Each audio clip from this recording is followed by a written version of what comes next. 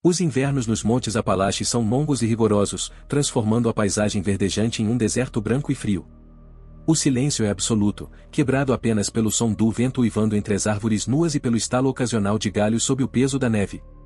Para os habitantes das vilas e cabanas isoladas nas montanhas, o inverno não é apenas uma estação do ano, é um teste de sobrevivência. A história que se segue se passa em um desses invernos, um dos mais cruéis que os montes já testemunharam. Elias era um homem robusto, de meia idade, conhecido por sua habilidade em caçar e sobreviver nas condições mais adversas. Morava sozinho em uma cabana de madeira, localizada nas profundezas da floresta dos Apalaches, a quilômetros da vila mais próxima. Vivia da caça e da venda de peles, abastecendo-se de suprimentos antes que as primeiras nevascas do inverno tornassem os caminhos intransitáveis. Era um homem solitário, mas não por escolha. Após a morte de sua esposa e filho em um inverno particularmente duro, Elias se afastou das pessoas, preferindo a companhia das árvores e dos animais que caçava. Naquele inverno, porém, algo estava diferente. As nevascas chegaram mais cedo e com mais força, cobrindo a terra em um manto branco que engolia tudo em seu caminho. A caça se tornou escassa e Elias começou a perceber que os animais estavam sumindo. Dias se passaram sem que ele visse uma única pegada de veado ou coelho. Seu estoque de carne defumada estava diminuindo rapidamente e as armadilhas que armava voltavam sempre vazias. Com o passar dos dias, a fome começou a apertar, e a solidão da cabana fria se tornou cada vez mais opressiva. Foi em uma dessas noites, quando o frio era tão intenso que o fogo na lareira mal conseguia aquecer a pequena cabana, que Elias ouviu o primeiro som estranho. Um lamento baixo e agourento que parecia vir de longe, trazido pelo vento. Ele se levantou e foi até a porta, abrindo para olhar para a escuridão. Não viu nada além da neve caindo lentamente das sombras das árvores balançando ao vento. Fechou a porta e tentou se convencer de que não era nada, talvez apenas o som do vento entre os galhos. Mas o lamento continuou, assombrando seus pensamentos, mesmo quando ele se deitava para dormir. Com o passar dos dias, o lamento tornou-se mais frequente. Elias começou a sentir que não estava mais sozinho na floresta, como se uma presença invisível estivesse observando cada movimento seu. À noite, ele sonhava com sombras altas e esguias, de olhos brilhantes e famintos, espreitando entre as árvores, esperando o momento certo para atacar. Sua mente começou a pregar peças, e ele jurava ouvir passos na neve ao redor de sua cabana, mas ao olhar pela janela, nunca via ninguém.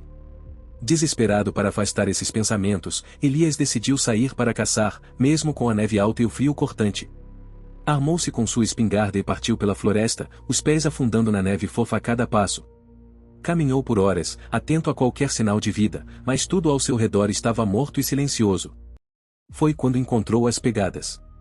Eram grandes e profundas, como as de um alce, mas a forma era estranha, diferente de qualquer pegada de animal que ele já tivesse visto. Elas levavam para dentro da floresta, para uma área que Elias sempre evitou, uma parte antiga e densa dos Montes Apalaches, onde as árvores eram tão altas e fechadas que mal deixavam a luz do dia passar. Seguindo as pegadas, Elias adentrou essa parte sombria da floresta, o coração batendo forte no peito. O lamento que ele ouvia à noite agora estava mais alto, ecoando entre as árvores como um coral de vozes angustiadas. Elias apertou a espingarda contra o peito, cada passo mais difícil do que o anterior. Quando chegou a uma pequena clareira, o que viu fez seu sangue gelar. No centro da clareira havia um círculo de pedras antigas e cobertas de musgo, cercando um buraco profundo na terra, como se a própria floresta tivesse se aberto para revelar algo que deveria permanecer enterrado. De dentro do buraco, vinha o lamento, agora claro e distinto, misturado com o som de arranhões, como unhas raspando contra a pedra. Elias deu um passo para trás, mas seu pé escorregou na neve e ele caiu de costas, deixando escapar um grito de susto. Foi nesse momento que ele viu. Uma sombra alta e esguia, com olhos brilhando na escuridão, espreitava da borda da clareira. Tinha um corpo magro e ossudo, coberto por uma pele pálida e esticada, como se estivesse faminto além do que a carne poderia suportar. Seus dentes eram longos e afiados, e quando abriu a boca para emitir um som gutural, Elias sentiu o cheiro de podridão e morte. Era o Indigo, a criatura dos pesadelos, a maldição que os antigos xamãs haviam avisado. Elias correu. Correu como nunca antes, os pés afundando na neve, os pulmões queimando com o esforço. Atrás dele, o som dos passos do Indigo ecoava, um som pesado e irregular, como se a criatura estivesse arrastando seus pés pela neve. Elias não sabia para onde estava indo, só sabia que precisava fugir, se afastar daquele lugar maldito.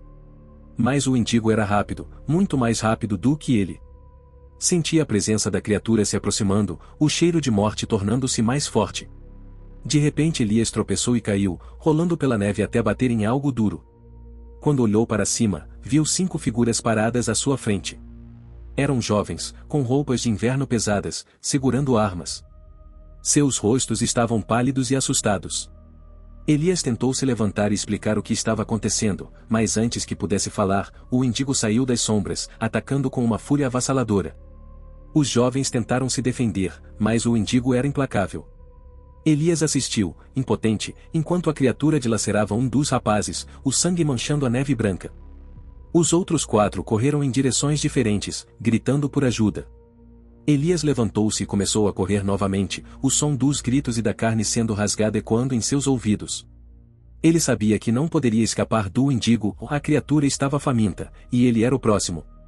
Um dos jovens conseguiu fugir para uma encosta de pedra, mas o Índigo o alcançou rapidamente, puxando ele pelas pernas e arrastando o rapaz de volta para a floresta. Elias viu o olhar de desespero no rosto do rapaz enquanto suas unhas arranhavam a neve, tentando inutilmente se agarrar a alguma coisa. Outro jovem caiu em um rio congelado, e as águas geladas o levaram para longe, os gritos de agonia silenciados pelo som do gelo se quebrando. Os 2 restantes correram juntos, mas se separaram em um ponto onde a floresta se tornava densa demais para passar. Elias os seguiu, os ramos arranhando seu rosto e mãos. O 4º jovem foi pego em uma armadilha natural, caindo em um buraco escondido pela neve. Elias ouviu seus gritos e os passos do Índigo, mas não se atreveu a olhar para trás. O último jovem, John, estava correndo à sua frente, respirando com dificuldade. Elias podia ver o pânico em seus olhos, mas antes que pudesse alcançá-lo, o Índigo apareceu, surgindo das sombras como uma maré de escuridão. Agarrou John pelo ombro e o puxou para o chão, e antes que Elias pudesse fazer qualquer coisa, a criatura já estava devorando o rapaz. Elias não parou. Ele correu e correu, os pés feridos e ensanguentados, o corpo tremendo de medo e exaustão. Correu até que não houvesse mais floresta, até que não houvesse mais som de passos atrás dele. Correu até que o silêncio dos montes Apalaches o envolvesse completamente e tudo o que ele pudesse ouvir fosse o som de seu próprio coração batendo.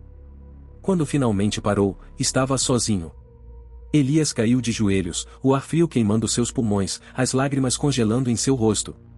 Ele sabia que não havia escapatória, que a maldição do Índigo o havia alcançado. Sentiu a fome crescendo dentro de si, uma fome insaciável que nenhuma carne poderia satisfazer. Lentamente, levantou-se e olhou ao redor, o olhar vazio e faminto de um predador. Naquela noite, o vento trouxe um novo lamento para os montes Apalaches, um som de desespero e fome que ecoou entre as árvores e pelas colinas nevadas. Era um som que fazia os animais se esconderem em suas tocas e os poucos caçadores que ainda se aventuravam por ali acelerarem o passo em direção à segurança de suas casas. O espírito do Índigo havia tomado Elias por completo, transformando o caçador solitário em uma criatura que agora caçava por uma necessidade muito mais profunda e sombria. Os dias de caça. Os dias que se seguiram foram um borrão de fome e frio. Elias vagava sem destino, seus sentidos aguçados, mas sua mente enevoada por instintos primitivos. Ele não sabia mais quanto tempo havia passado desde a última vez que dormira ou comera algo que não fosse a carne de um ser humano. A floresta, que um dia lhe fora familiar, agora parecia um labirinto infinito de árvores e sombras. Não havia mais refúgio, apenas a constante busca por algo que pudesse aplacar a dor em seu estômago e o vazio em sua alma. Elias se movia com uma agilidade e silêncio que não possuía em vida, passando despercebido entre as sombras das árvores, deixando apenas um rastro de pegadas na neve. Ele caçava instintivamente, guiado pelo cheiro de carne fresca e pelo som de passos ou vozes. Cada nova vítima era um grito abafado, um lampejo de dor que logo se apagava. Seu corpo estava agora magro e esquelético, os ossos parecendo prestes a romper a pele. Seus olhos, antes cheios de vida, eram agora vazios e famintos, brilhando na escuridão como os de um animal selvagem. O encontro com a vila. Certa noite, o destino o levou a uma pequena vila na base dos Montes Apalaches. Era um lugar isolado, habitado por poucas famílias que haviam aprendido a conviver com os rigores do inverno. Eles estavam acostumados a lidar com lobos e ursos, mas não estavam preparados para a chegada de algo muito pior. Elias espreitou os limites da vila, observando as luzes fracas das cabanas de madeira, o cheiro de comida e o som distante de risos e conversas que escapavam pelas janelas. Ele se aproximou silenciosamente, movendo-se entre as sombras como um fantasma. Sua respiração era lenta e controlada, os olhos fixos em uma cabana no extremo da vila, onde as vozes de crianças riam e brincavam. Elias se aproximou da janela, espiando para dentro. Viu uma família reunida ao redor de uma mesa, a luz do fogo iluminando seus rostos sorridentes. A visão de tanto calor e alegria o encheu de uma raiva fria e incontrolável. A fome dentro dele rugiu, e ele soube que precisava se alimentar. Com um movimento rápido, Elias quebrou a janela, seus dedos longos e esqueléticos se esticando para dentro. A família gritou, o pai tentando proteger a esposa e os filhos enquanto Elias se arrastava para dentro, seus olhos fixos na carne que tanto desejava. O caos tomou conta da pequena cabana, gritos e sons de móveis sendo derrubados preencheram o ar. O mendigo não tinha piedade, e seu ataque foi rápido e implacável. A família não teve chance. Quando os aldeões ouviram os gritos, correram para a cabana, armados com o que puderam encontrar de facas, machados, pedaços de madeira. Chegaram tarde demais. As paredes da cabana estavam salpicadas de sangue, e Elias havia desaparecido na noite, deixando para trás apenas restos e ecos de terror. O medo se espalhou pela vila como fogo, e as pessoas trancaram suas portas e janelas, mantendo-se acordadas pelo resto da noite, esperando ouvir novamente os passos da criatura. A caçada final. Os aldeões, determinados a proteger suas famílias, organizaram uma caçada. Armados com rifles e tochas, seguiram as pegadas de Elias pela neve, guiados pelos rastros de destruição que ele deixará. Eles sabiam das histórias de um mendigo, sabiam que estavam lidando com algo além de um homem. O xamã da vila, um velho com olhos sábios e cansados, alertou que apenas fogo e prata poderiam derrotar a criatura, pois o mendigo era um espírito de inverno, um ser de fome eterna. Enquanto avançavam pela floresta, o vento carregava o som do lamento de Elias, um som que parecia vir de todos os lados. A escuridão os envolvia, e cada estalo de galhos fazia-se encolher de medo. As tochas iluminavam apenas o suficiente para revelar as árvores próximas, e a ideia de que algo os observava das sombras era quase palpável. De repente, um dos homens gritou. Elias havia surgido do nada, um vulto esquelético e faminto que atacou com uma velocidade sobrenatural. Os aldeões dispararam suas armas, mas o mendigo era rápido, movendo-se como uma sombra entre os troncos das árvores. Um a um, ele os derrubou, suas garras afiadas rasgando carne e osso. O sangue dos caçadores manchou a neve, e seus gritos se misturaram com o lamento do vento. Apenas o xamã restou, suas mãos trêmulas segurando uma tocha e uma faca de prata. Ele sabia que não tinha chance, mas não fugiu. Elias se aproximou lentamente, seus olhos vazios fixos no velho. O xamã ergueu a faca, murmurando antigas palavras de proteção, um cântico que ecoou pela floresta.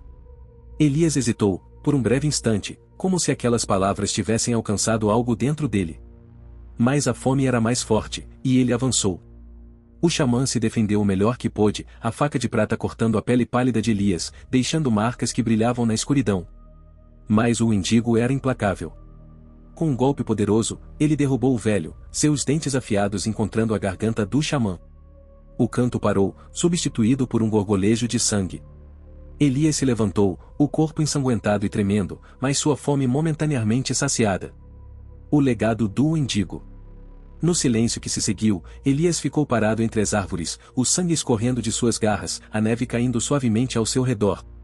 Os corpos dos caçadores estavam espalhados pela clareira, e o vento carregava o cheiro de morte. Ele não sentia remorso, apenas uma fome que nunca diminuía, uma sede de carne que o levaria a caçar novamente. O mendigo era agora uma parte dele, e ele sabia que nunca mais encontraria paz. Com o tempo, as histórias da criatura se espalharam pelos montes Apalaches. Os aldeões que sobreviveram fugiram, levando com eles contos de um homem que se transformou em monstro, de uma maldição que nascia do desespero e da fome. As cabanas foram abandonadas, e a floresta lentamente tomou conta dos caminhos e trilhas. Mas, mesmo depois de muitos invernos terem passado, os poucos que ainda se aventuram pelos montes dizem ouvir o lamento do mendigo no vento, um som que lembra aos homens a fina linha que separa a civilização da selvageria, e que nas profundezas do inverno, a fome pode ser a maior das maldições. Enquanto isso, Elias, ou o que restou dele, continua a vagar, um fantasma entre as árvores, um predador sempre em busca de sua próxima refeição. Os montes Apalaches nunca mais foram os mesmos, e cada nova nevasca traz consigo o medo de que a criatura possa aparecer novamente, arrastando consigo o terror do passado e a promessa de uma morte fria e cruel.